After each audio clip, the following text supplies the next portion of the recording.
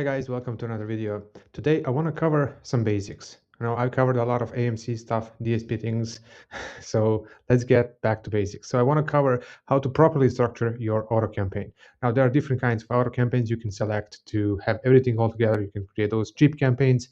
You can create cheap campaigns containing all products with, I don't know, low bids of 10 cents, then another campaign of 20, 30, 50 cents, or whatever you like.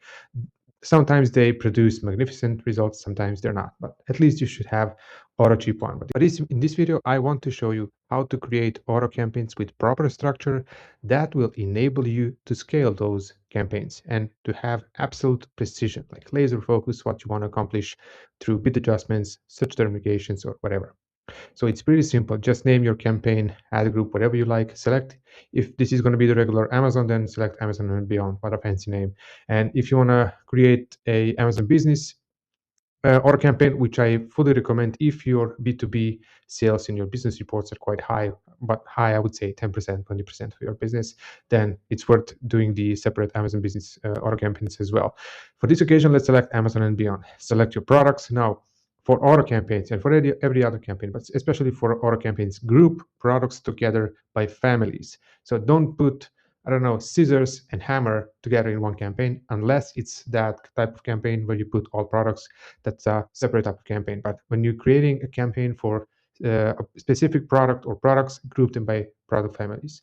So add those here, and then here comes the interesting part. Of course, we're going to select automatic targeting.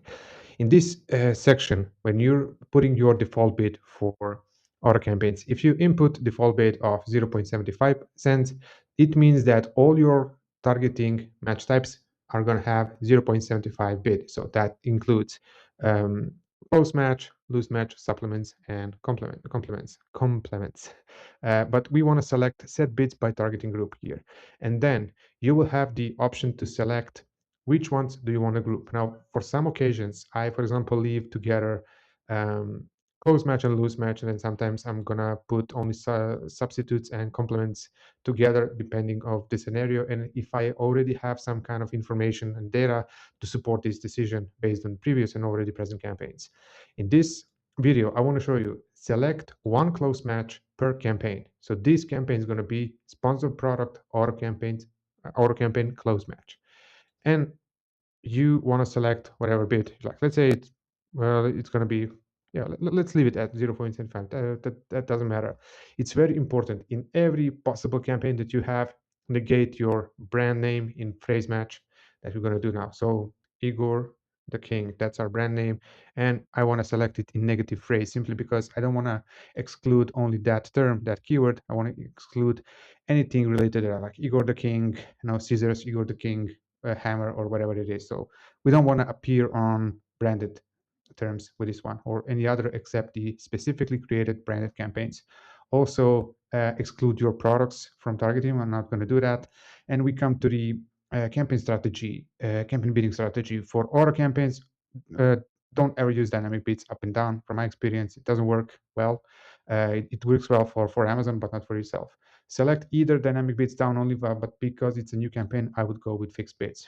For placements, you can skip all of these unless you already have some kind of a data. If you don't, let this run by these default placements and see what's working and what's not.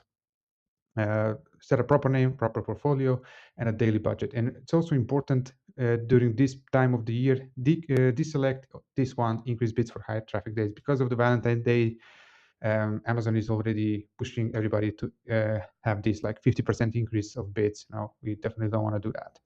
Then what you want to do, you hit create, and then you start from scratch. And then in the part where you select the targeting group, now you deselect close match and all the others, and then just select loose match. So you, by following this scenario, you will have 4 different auto campaigns. It may sound like too much, but it will give you ultimate control on what's happening in the account. So definitely loose match and all the others.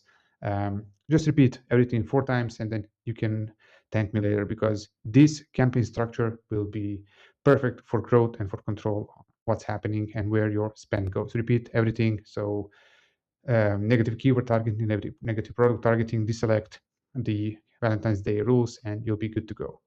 Let me know if you have anything related to this strategy in the comments, and I'll be glad to answer every possible question. See you tomorrow in the next video. Bye bye.